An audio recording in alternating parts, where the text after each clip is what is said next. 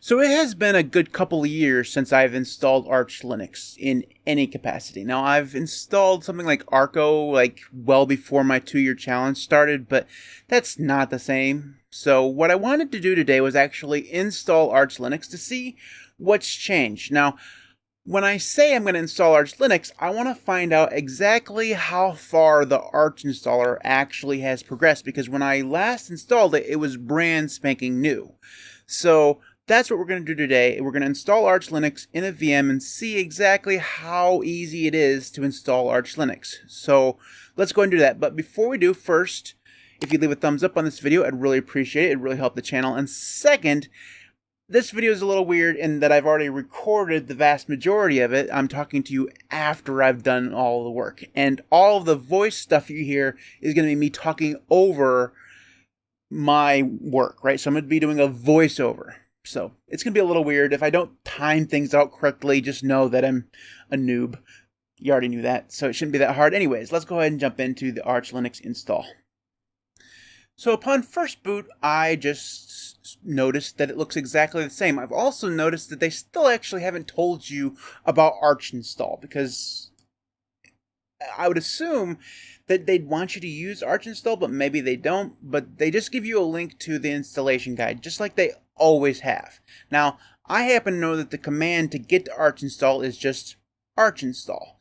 And I ran this like I used to, or when I first encountered this installation method, and it popped up just like it did before. Now, if you've never seen Arch install, this might be new to you, but basically what you're doing is going from top to bottom, figuring out what settings you want. The first one basically just selects the languages you're going to be using, and the second one will help you find the best mirrors for your installation.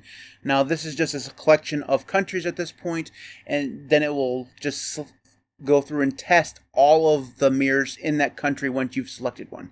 So nothing new here really, and it's still using the same technology you'd be using if you were installing the Arch Linux ISO the old-fashioned traditional way. Now, just to note that some of the stuff I will be speeding up probably if I can figure out how to do that in Resolve, so you don't have to see just one continuously scrolling line of text that takes forever, because it does take forever. I will say this, and this will be a little bit of a spoiler. The default for Pac-Man in the ISO is not to include parallel downloads, which I don't even begin to understand. They should turn parallel downloads on, at least up to like 5 parallel downloads, and they don't. It's really weird. They should do that. It'd be much, much faster. Because Pac-Man supports parallel downloads, but they don't have it set that way. I don't know why. The next one is locales. Basically, this is keyboard, language, encoding, things like that. Then it's going to ask you for the partitioning. And I chose ButterFS just to see if it would work, and it, spoiler alert, it did. Now, I will say I didn't do any logical volume management or anything like that. I didn't do any encryption. There's no RAID here. So if I were to do RAID or LVM or whatever, I probably wouldn't do ButterFS, because at least with encryption stuff, I'd want to do that stuff manually just to know that I'm doing it right. And that's just a personal preference. But mostly I just set up a ButterFS with their default subvolumes here. And once we're all done with this, I'll actually go through and see what those subvolumes actually are. Then I'll actually select the bootloader, just choosing grub. I skip the swap, because I don't think I really need swap. It asks for the host name, root password, user password here. Once I've created a user, it'll ask me if I want to add it to sudo. I'll say yes. And then I'll just confirm and exit. And then I'll select a profile. Now, so here's where I made a mistake. I should have chose desktop instead of Xorg. All Xorg does is install Xorg. It doesn't actually install you a desktop environment. I made that mistake. That was on me. I should have chosen like XFC or something like that. I ended up having to choose that later on. So just know that that's the reason why I didn't choose desktop. I should have. I chose Xorg instead. And then it asks you what graphics driver you want. I just left it to all open source because I'm in a VM. And then it asks you what Linux kernel you want. It offers the Linux kernel, the Linux hardened kernel, LTS, and Zen. Nothing really all that fancy here. You can install multiple kernels, which is nice. And then it allows you to install extra packages. I installed NeoVim, Firefox, Git, curl, things like that. Stuff that I would always install on every Linux installation.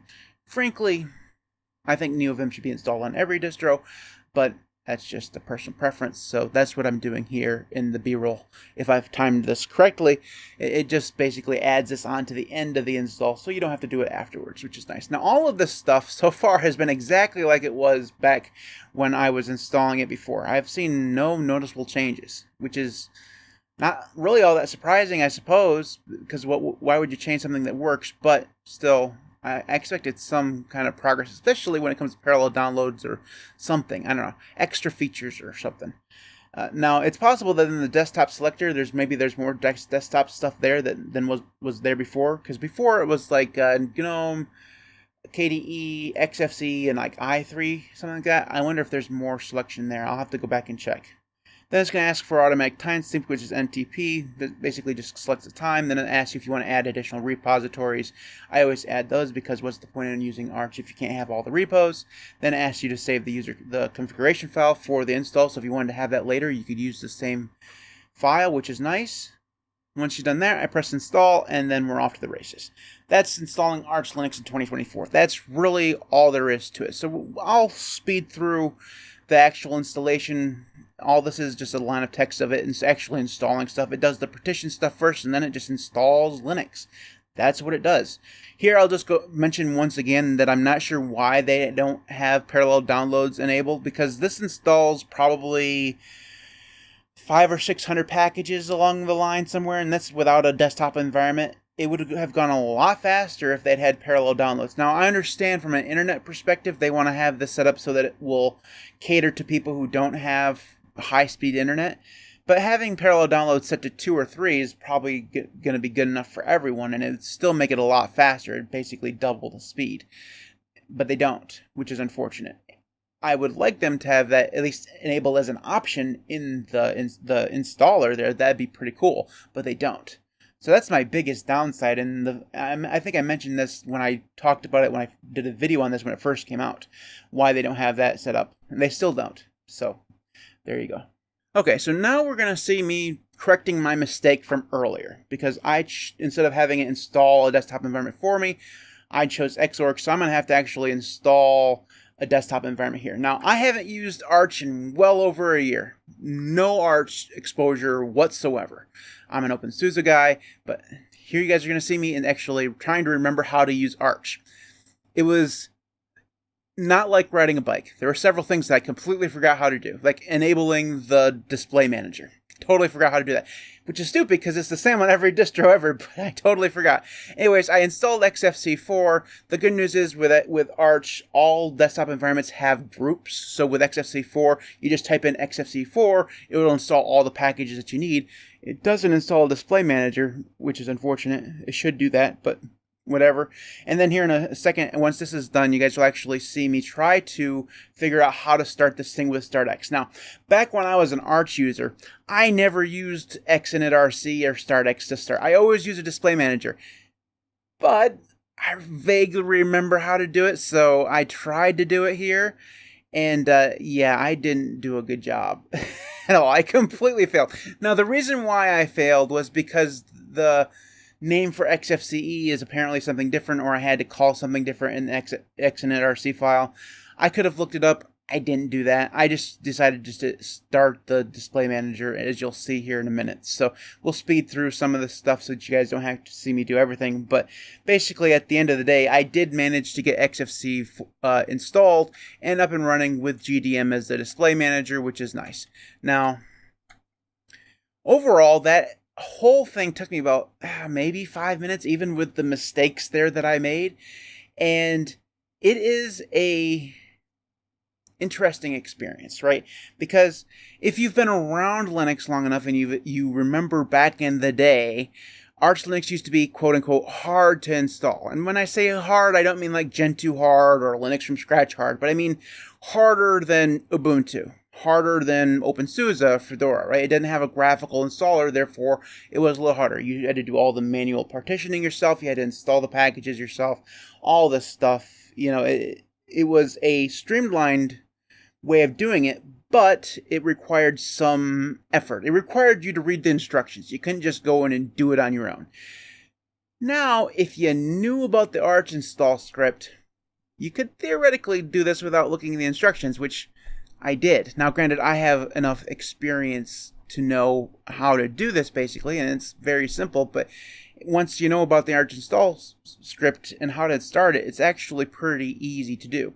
Now, that's really the whole point of this video, is that Arch is still very, very easy to use and very easy to install. I've always argued that the hardest part about Arch isn't the installation, it's actually the maintenance of it, because you have to pay attention to what's being updated and upgraded so that you can figure out when something breaks, what has broken it, and how to fix that, right? That's the whole difficulty of Arch.